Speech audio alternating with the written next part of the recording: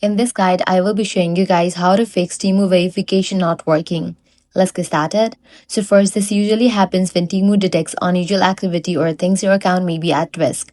To fix this, launch your Settings app, go to General, click on iPhone Storage. From the list of apps, find Temu and launch it.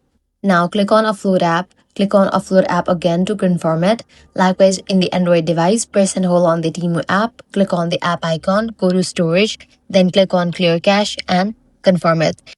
This will remove temporary bugs that might be causing the issue. Next, try to log into Temu in the web browser such as Chrome or Safari. Launch your preferred browser and navigate to the website temu.com. Click on Sign In, provide your credentials, and log into your account. Sometimes the web version works even when the app is having issues. And that's it. If nothing works right away, don't worry. Just wait a few hours as these verification issues are often temporary and get resolved automatically.